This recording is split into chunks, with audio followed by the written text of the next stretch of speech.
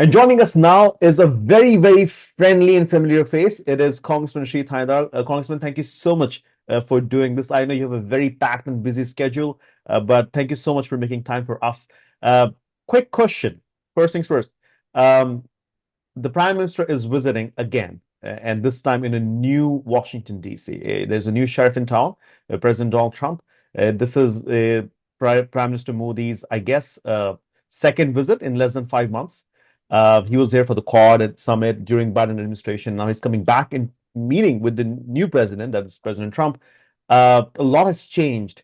What are your expectations from this visit? How do you see India-US relationship in Trump 2.0? Well, in the past, when Modi ji met with President Trump, they have always had good friendship. And I'm hoping that that friendship, that chemistry between these two leaders continue because it is very, very important, both for India and for United States. Having this relationship on a solid footing going forward is very critical given the issues that are happening in Ukraine, China's aggression that we have seen. To counter China's aggression, United States needs India. Hmm. And I think it's a very good thing that the Indian government has already reduced tariff on a number of items to ahead of this meeting. So that was a great gesture on the part of India, and that will put Trump in a good mood, and it will start this dialogue in a much more friendlier way. You had the privilege of walking down Prime Minister when he gave the joint address a year and a half ago. In your interaction with Prime Minister Modi, how would you think he'll take this change? I mean, he's known to work with both sides, the Democrats and Republicans. Any insight that you can give us? Well, look, they are both very charismatic. And when I was sitting down with Prime Minister Modi in Washington, D.C., we talked about a lot of issues. And, Mr. Modi, Prime Minister Modi understands the importance of having this good relationship going. And particularly, what President Trump would be looking for is more bilateral trade, more India purchasing military equipment from United States, more energy, more technology. We need to have this. Currently, we have about $120 billion worth of trade, bilateral trade. That number has to go up substantially higher. And for that to happen, both countries need to, step back a little bit and not impose tariffs. Tariffs isn't going to help the people of India, nor is going to help the people of America. Tariffs are only going to increase the cost for consumers. So the tariff war will not be in the best interest of either of the two countries, and both need to make some concessions to be able to move this relationship forward in a positive manner. Okay, Congressman, you've reintroduced, resolution on Bangladesh, and I know that right around Diwali last year, President Trump had tweeted about, Hindus in Bangladesh. You think that would feature between, as a topic between Prime Minister Narendra Modi and President Trump? And what would you want to see if that topic is discussed? Do you think President Trump will take an aggressive line? He might, but what Modi need to stress is that look, attacks on Hindus in the United States, in Canada, or in Bangladesh are not acceptable. And the United States must take strong actions. And the Biden administration, I did talk with the State Department multiple times, and I made sure that the State Department took this matter seriously, and it did happen. Biden administration put certain restrictions on Bangladesh.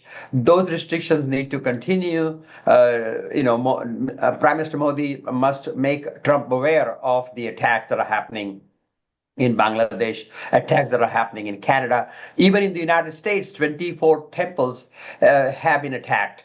And so, we need to look at all these issues, and immigration needs to come and into the discussion. It will, and the protecting Hindus and the rights of Hindus to worship, practice their religion in a peaceful manner is ultimately should be one of the goals. And I expect Mr. Modi to bring that up. He will also bring up the immigration issue. Yeah, I was The going to way, ask that. yeah. What should be India's way of handling immigration? I know, it benefits both countries, but there is a segment in America, especially when it comes to hardcore Republicans, that do not want a lot of people coming from India. How do you think Prime Minister Modi can navigate this tricky issue? Well, look, Mr. Trump is a businessman. He has hired H-1B visa scientists, engineers in the past. He understands that the United States technology sector needs highly skilled engineers, technologists. Without that, U.S. cannot keep its edge on innovation. U.S. cannot keep its edge on discovery.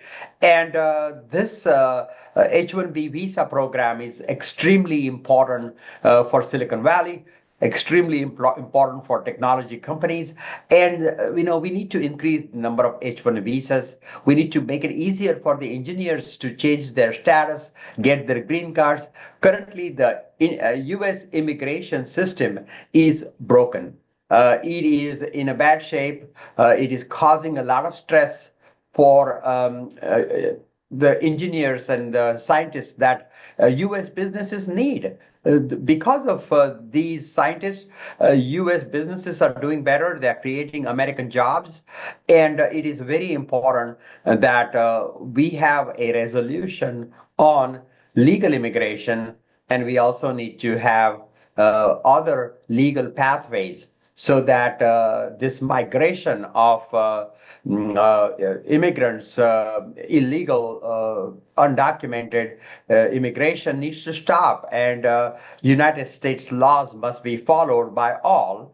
And for that to happen, we need a reform of the current immigration system. One last question, Congressman. China and Pakistan, big concerns for India. And now, if you add Bangladesh to the mix, India is surrounded by countries that are not friendly at all. Do you think President Trump, can make some treaties or deals with India so as to work with India? We saw something similar happen What a in horrible question. 2020. What would be Donald Trump's take on protecting India and its interests, especially with its neighbors? Well, look, like you said, issues there are with China. China is very aggressive militarily. China is very aggressive in technology issues, in financial issues, and we need to counter China. And India is our best friend. United States needs India as an ally. So in these meetings, I hope Trump doesn't antagonize Modi. They need to work together. We need each other. We need to have a strong India-U.S. relationship for United States to protect the Indo-Pacific region. And we need to have stability in the Indo-Pacific region, and the better relationship United States have with India, the more stable the Indo-Pacific region is, and the better way United States is able to challenge and counter the aggression of China.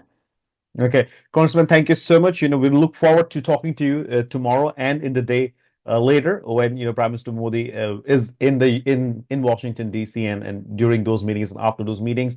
And thank you so much for your continued support for Indian Americans who live in America. Thank you so much, Congressman.